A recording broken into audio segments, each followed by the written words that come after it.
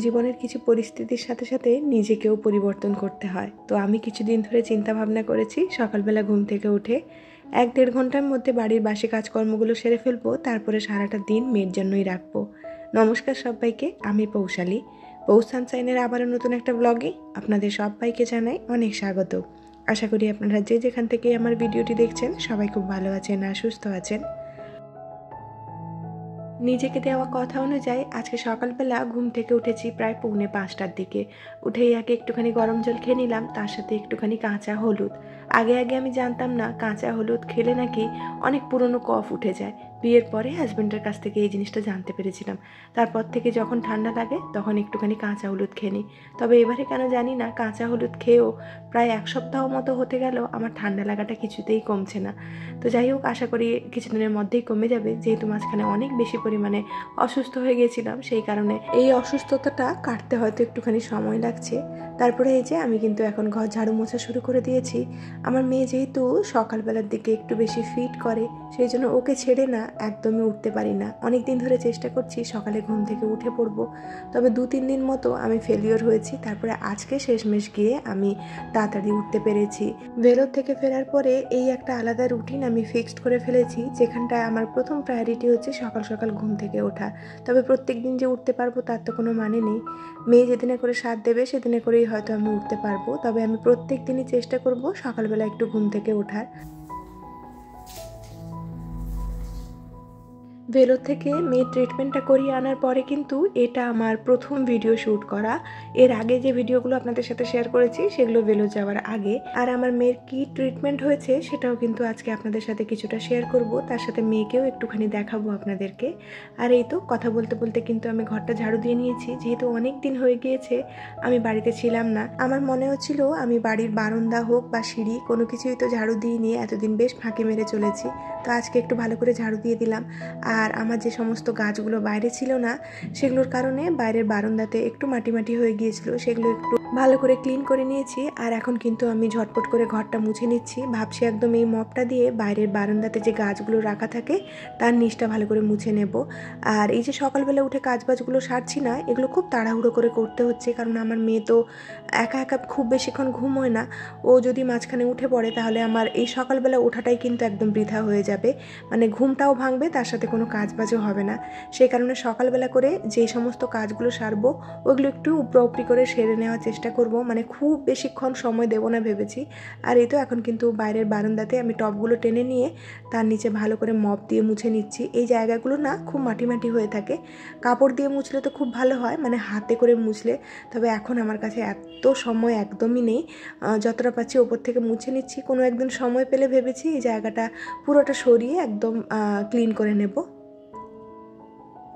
আর সকালবেলা উঠে কাজ করতে কতটা যে ভালো লাগে যারা উঠে কাজ করে তারাই একমাত্র জানে। আমি তো একদমই উঠতে পারি না। তবে এই যে কয়েকটা দিন আমি ওঠার চেষ্টা করব ভাবছি, বা আজকে যে উঠেছি, উঠে যে কাজগুলো করছি না এত ভালো লাগছে।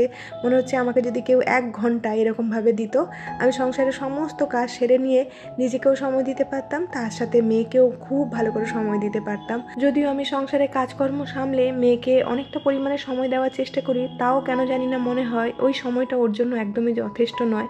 ওকে আরও একটু বেশি পরিমাণে সময় দিতে হবে। আমাদের মতো মায়েদের ক্ষেত্রে না এই একটা ব্যাপার অনেক বেশি পরিমাণে আমাদেরকে টেনশন দেয়, বা বলতে পারেন পাপ বোধে ভোগায়, যে আমরা সংসারে কাজকর্ম করতে করতে বাচ্চাটাকে হয়তো ঠিক করে সময় দিতে পারছি না। আর এই ধরনের ব্যাপারগুলো কিন্তু প্রত্যেকটা মায়েরা নিজেদের মতো করে সামলে নেয়, আর এইরকমভাবে সামলাতে সামলাতে দেখবেন বাচ্চারা কখন ঠিক বড় হয়ে গিয়েছে। তবে আমি সবসময় কী করি, সংসারের কাজে যতটা সম্ভব কম সময় দিয়ে বাচ্চার পেছনে সময় দেওয়ার জন্য। জানি না এই সময়টুকু আমার বাচ্চার জন্য যথেষ্ট কিনা, তবে আমি আমার তরফ থেকে কিন্তু সব সময় 100% দিয়ে বা তার থেকেও বেশি দিয়ে করার চেষ্টা করি। তো যাই হোক, আপনাদের সাথে কথা বলতে বলতে কিন্তু এদিকে আমি অনেক কটা কাজ সেরে ফেললাম। যেহেতু শীত চলে গিয়েছে সেই জন্য আমার গোপালের যে সমস্ত উলের জামা কাপড়গুলো ছিল না সেগুলোকে একটু ভালো করে কাল কেচে দিয়েছিলাম। আর ওখান থেকে ফেরার পরে প্রায় 3-4 দিন মতো ওয়েদারটা এতটাই খারাপ হয়ে রয়েছে যে একদমই জামা কাপড়গুলো শুকোয়নি, মানে একদম ভেজা ভেজা রয়েছে। আর গোপালের জামা কাপড়গুলো তো এদিক ওদিক শুকোতে দিতে পারবো না, সেই জন্য এই জানালাতে দিয়েছি। আর ভেলোর থেকে ফেরার পর না এত জামা কাপড় বেরিয়েছিল, মোটামুটি 3 থেকে 4বার মতো আমাদের একদিনে ওয়াশিং মেশিনটা চলেছে। তারপরে গিয়ে জামা কাপড়গুলো কমেছে একটু, এখনও অনেক কয়েকটা রয়েছে, ভেবেছি এরপরে হাতে কেচে নেব, তা না হলে আমার মেশিনটাই হয়তো খারাপ হয়ে যাবে। আর এখন কিন্তু এদিকে আমি ঠাকুরের সিংহাসনের কাপড়গুলো একটুখানি চেঞ্জ করে নিলাম, তার সাথে ঠাকুরের সমস্ত চিত্রপট আর ঠাকুরের যে মূর্তিগুলো রয়েছে সেগুলোকে একটু পঞ্চামৃত দিয়ে স্নান করিয়ে না আবার সিংহাসনে তুলে রাখছি। অনেক দিন ধরে এই কাজটা করব করে করা হয়ে উঠছিল না, তো ফাইনালি আজকে দেখলাম মেয়ে এখনও অবধি ঘুমোচ্ছে আর আমার হাতে একটুখানি সময় আছে, সেই কারণে কাজবাজগুলো করা শুরু করে দিয়েছি। মাঝখানে কিন্তু আমার কন্যা একবার ঘুম থেকে উঠেছিল, তো ওকে আমি না একটু বুঝিয়ে বলেছি যে আমি এখন কাজ করছি, তুমি ঘুমো। ওইটুকু বলার পরে ও কী বুঝলো আমি জানি না, ও যখনই দেখলো আমি ঘর মুছছি ও কিন্তু একা একাই ঘুমিয়ে পড়লো। আর দেখে আমি এত খুশি হয়েছি যে এরকমই যদি চলতে থাকে তাহলে আমার সকালে ওঠা কেউ আটকাতে পারবে না, আমি রোজই উঠতে পারবো। তবে একটা কথা কি জানেন, আমার মেয়ের যে ট্রিটমেন্টটা হয়েছে না, তার কারণে রাত্রেবেলা করে ওর ভীষণ গরম লাগে আর এদিক ওদিক একটুখানি ইচিং টাইপের হয়, মানে গরম লাগলে বাচ্চাদের যা হয় আর কি, একটু অস্বস্তিতে ভোগে। সেই কারণে সারা রাত মোটামুটি ও একটু একটু করে জাগতে থাকে, আর ও জাগা মানে আমারও ঘুম ভেঙে যায়।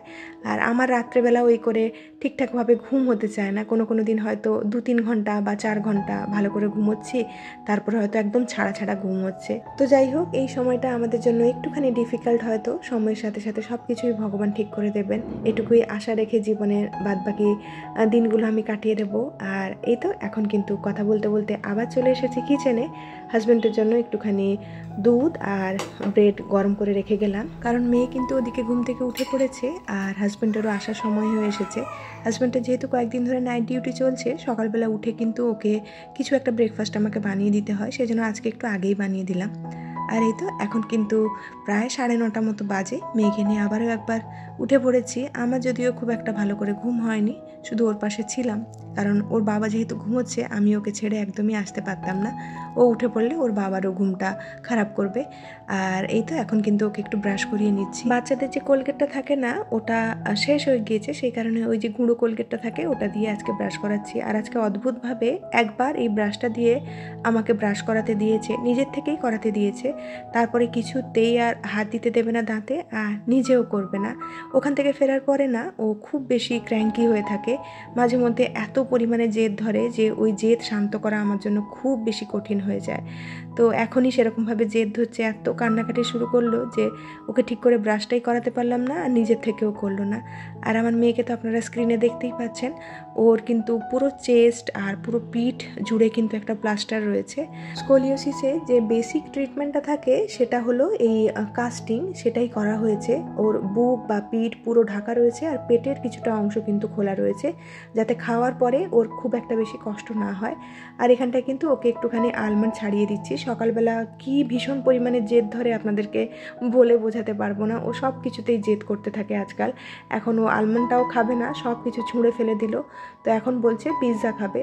তো ওকে একটুখানি স্যান্ডউইচের মতো করে বানিয়ে দিচ্ছি পিৎজা বলে আর কি। তো এখানটায় আমি একটা ব্রেড নিয়েছি, তার উপরে একটুখানি পিৎজা পাস্তা সস দিয়ে, কালকেই না আমি একটু আলু সেদ্ধ করে রেখেছিলাম, সেই আলু সেদ্ধটা দিয়ে তার উপরে আবার একটা ব্রেড দিয়ে একটা স্যান্ডউইচ মতো বানিয়ে নিচ্ছি।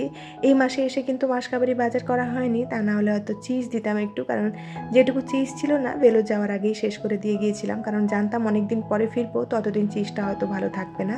আর এই তো এখানটায় কিন্তু আমার স্যান্ডউইচটা একদম রেডি হয়ে গিয়েছে।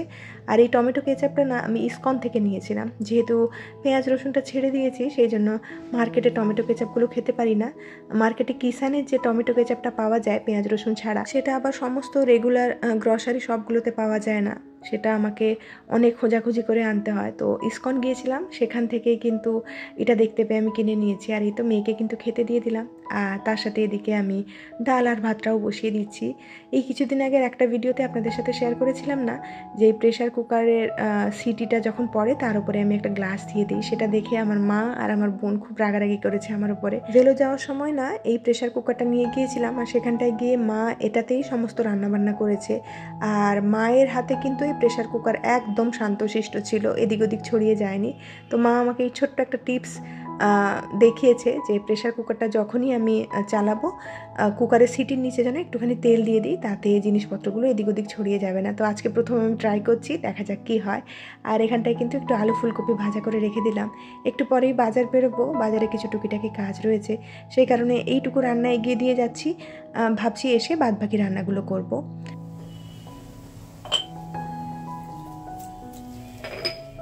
কাস্টিংটা হওয়ার পরে না আমার মেয়ের ফ্রি মুভমেন্ট একটুখানি কমে গিয়েছে, মানে ও নিজের থেকে হয়তো ঝুঁকতে পারছে না বা নিজের থেকে বসতে পারছে না কোথাও, এইটা আমাদেরকে একটু ধরে করিয়ে দিতে হয়। সে কারণে আজকে যে ব্রেকফাস্টটা দিয়েছি না, আমার স্ল্যাবে করেই দিয়েছি, আর তার সাথে একটা নিচে ঝুড়ি রেখে দিয়েছি। এখন মানে নিচ থেকে খাবার তুলে খেতেও ওর অনেক সমস্যা হয়, তো সেই কারণে ওর প্রতি একটুখানি বেশি কেয়ার করা আমাদের জন্য খুবই বেশি দরকারি এই মুহূর্তে। তো আমি সবসময় চেষ্টা করি ওকে চোখের সামনে রাখার, আর আমি যখন কাজবাজ করছি তখন হয়তো ওর বাবার সাথে থাকে। আর কয়েকটা দিন যেহেতু ওর বাবার নাইট ডিউটি চলছে টানা, ওর বাবা ওকে একদমই সময় দিতে পারে না, পুরোটা সময় আমার কাছে থাকে। আর আমি কাজের ফাঁকে ফাঁকে ওকে সময় দিই বা আমার কাজের জায়গাতেই ওকে হয়তো বসিয়ে রাখি, এরকমভাবেই দিনকাল কাটছে। তবে এটুকু বলবো, ঈশ্বরের কৃপাতে কিন্তু এত কিছুর পরেও আমরা সবাই খুব ভালো রয়েছি। কি আমার মেয়ে করতে পারে না তা তো আপনাদেরকে বললাম, তবে কি করতে পারে সেটাও বলে দেই। ও কিন্তু একদম স্বাভাবিক বাচ্চাদের মতো রয়েছে। বাচ্চাদের মধ্যে না মানসিক শক্তিটা অনেক বেশি পরিমাণে থাকে। একটা বড় মানুষ হলে যে সমস্ত জায়গাতে হেরে যেত, একটা বাচ্চা কিন্তু হেরে যাওয়া জায়গা থেকেও নিজেকে ঠিক জিতিয়ে আনতে পারে। আমার মেয়েকে দেখে আমি তাই শিখলাম এতদিন, ওর এত কষ্টের পরেও কিন্তু ও নিজেকে ঠিক দাঁড়িয়ে তোলার সবসময় চেষ্টা করছে। ও প্রতিনিয়ত চেষ্টা করছে যেই কাজগুলো ও আগে পারত করতে, সেগুলো যেন ও স্বাভাবিকভাবে করতে পারে। ওর হয়তো বসতে কষ্ট হচ্ছে, তবে ও কিন্তু আমাদের কারোর হেল্প নেবে না, ও নিজের থেকেই বসার চেষ্টা করছে, মানে ওর গায়ে হাত দিতে দেবে না। ও যখন বসছে ওর কষ্ট হলেও না ওই কাজগুলো নিজের থেকে করার চেষ্টা করছে। এগুলো দেখে সত্যি কথা আমি ঈশ্বরের কাছে বারবার ধন্যবাদ জানাই যে এত বড় পরীক্ষার সামনে কিন্তু উনি আমাদেরকে একা ছেড়ে দেননি, উনি কিন্তু প্রতি মুহূর্তে আমাদের সাথে রয়েছেন। তো যাই হোক, কথা বলতে বলতে কিন্তু এদিকে অনেক কটা কাজ সেরে নিলাম। মাঝখানে একটুখানি বাজারে গিয়েছিলাম, আর ঠাকুরের যে কাপড়গুলো বেরিয়েছিল না সেগুলোকে একটু ভালো করে কেচে শুকোতে দিয়ে দিয়েছি, আর বাসি বিছানাটাও তুলে নিয়েছিলাম তার সাথে। তারপরেই বাজার গিয়েছিলাম, আর ফিরে কিন্তু এখানটায় আমি কয়েকটা আয়রন করে নিচ্ছি, কারণ রান্নাবান্না আর করতে হবে না। পাশের বাড়ির আন্টি অলরেডি রান্নাবান্না কিছু দিয়ে গিয়েছে, সেগুলো দিয়ে আজকে লাঞ্চটা সেরে নেব ভেবেছি। এই সময় না আমার কন্যা আমার পাশেই শুয়েছিল, আর ওকে যত বলছি আয়রনটা গরম আছে, তুমি কাছে আসবে না, ও আমাকে মাঝে মধ্যে ভয় দেখানোর জন্য না হাত পা অল্প অল্প করে এদিকে আনছে, আর ওকে মানা করলেই না ও হাসছে। ও জানে আয়রনে গরম থাকে, কারণ মাঝে মধ্যে ও আমাকে দেখেছে ছ্যাঁকা খেতে, আর সেই জায়গাটা পুড়ে গিয়েছে, ওকে হয়তো দেখিয়েছি, ওই জিনিসটা ওর মনে রয়েছে। ও আমাকে বলছে যে মা গরম আছে, তা সত্ত্বেও আমাকে ভয় দেখানোর জন্য মাঝে মধ্যে হাত পা নিয়ে আসছে।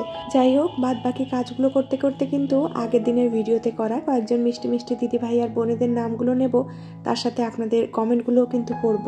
প্রথমেই বলবো সিম্পলি দীপা থেকে দীপা। প্রথমেই আমি দীপাকে অনেক ধন্যবাদ জানাই, এত দিন আমি ভিডিও দিইনি, আর ভিডিও দেওয়ার পরে আমি প্রথম তোমার কমেন্ট পেয়েছিলাম, দেখে আমার সত্যিই খুব ভালো লেগেছিল। তবে সেই সময় না তোমার কমেন্টের রিপ্লাই দেওয়া হয়ে ওঠেনি। দীপা, তোমাকে আমি অনেক ধন্যবাদ জানাই। এমনি এমনি তোমাকে আমি খুব কাছের বলি না, সত্যি তোমাদের মতো মানুষ পেয়ে মাঝে মধ্যে নিজেকে খুব লাকি বলে মনে হয়।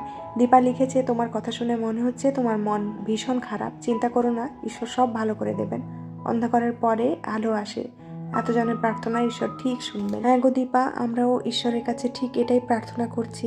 এই ঝড়টা যখন জীবনে এসেছে, একদিন না একদিন ঠিক শান্ত হবে ঝড়টা। তোমরা সবাই প্লিজ আমাদের জন্য প্রার্থনা করো, বিশেষ করে আমার মেয়ের জন্য, যেন ও সারাটা জীবন খুব ভালো থাকে। তো এখন কিন্তু আপনাদের সাথে যেটা শেয়ার করলাম সেটা একদম আনএক্সপেক্টেড ছিল। এই কিচেনটা ক্লিন করতে গিয়ে না একটা কাঁচের বোতল পড়ে ভেঙে যায়, আর সেটা পরিষ্কার করতে গিয়ে একদম নাজেহাল অবস্থা হয়ে গিয়েছিল। তো যাই হোক, খুব সাবধানে ওই কাঁচ টাচ পরিষ্কার করে এখন আমি কিচেন টাওয়েলটা ভালো করে ক্লিন করে নিচ্ছি। প্রত্যেক দিন তো গরম জলে ক্লিন করা হয় না, তবে এই ডিটারজেন্টটা দিয়ে কিন্তু আমি প্রত্যেক দিনই ক্লিন করি। আফরুজা খাতুন লিখেছে, খুব সুন্দর হয়েছে ভিডিওটা, ভালো থেকো। আর খুশবু লাইফস্টাইল আইডি থেকে লিখেছে, খুব সুন্দর করে কাজ করো দিদি। থ্যাংক ইউ সো মাচ তোমাদেরকে। আর আওয়ার ব্লগস আইডি থেকে লিখেছে অনেক ভালোবাসা রইলো, তোমার জন্য অনেক ভালোবাসা রইলো। খুকু লিখেছে খুব সুন্দর হয়েছে ভিডিওটা, তুমি ভালো থেকো দিদি ভাই, তোমার মেয়ে তাড়াতাড়ি সুস্থ হয়ে উঠবে, তুমি চিন্তা করো না। আর কাই দিদি ভাই লিখেছে অনেক কিছু রান্না করেছো, খুব আনন্দ হয় বাবা মায়ের জন্য কিছু করতে পারলে, এই কাজের চাপকে আর কষ্ট বলে মনে হয় না। হ্যাঁ গো দিদি ভাই, তুমি একদম ঠিক বলেছো, বাবা মা পাশে থাকলে তাদের জন্য কিছু করতে পারলে না সব কিছুই যেন সার্থক বলে মনে হয়। তো আর বাদ বাকি দিদিভাইদের আজকে নাম নিতে পারলাম না, কিন্তু মন থেকে সবাইকে ধন্যবাদ জানাই। আমি পরের দিন আরও কিছু দিদিভাইদের কমেন্ট পড়ব। আর আজকে কিন্তু এখন আপনাদের সাথে যেটা শেয়ার করছি সেটা হলো আমার শ্বশুর বাড়ি থেকে আসা কয়েকটা জিনিস, গ্রামেরই সমস্ত সবজি আজকে আমার শ্বশুর শাশুড়ি গ্রাম থেকে নিয়ে এসেছেন। এর মধ্যে অনেক কিছু রয়েছে, পালং শাক, তারপরে কড়াই শাক বা কড়াইয়ের যে ডালগুলো হয় না সেগুলো, তার সাথে ডাব রয়েছে। আর আমার শাশুড়ি নিজের হাতে বানিয়ে কিন্তু সরু চাকলি আর মালপোয়া এনেছিল। তাহলে চলুন, এর সাথে কিন্তু আজকের ভিডিওটা আমি এখানে শেষ করছি। খুব শীঘ্রই দেখা হচ্ছে নেক্সট আরেকটি ব্লগে। ততক্ষণের জন্য সবাই খুব ভালো থাকবেন, সবাইকে খুব ভালো রাখবেন আর নিজের যত্ন রাখবেন। আজকের ভিডিওটা কেমন লাগলো জানাতে ভুলবেন না। টাটা।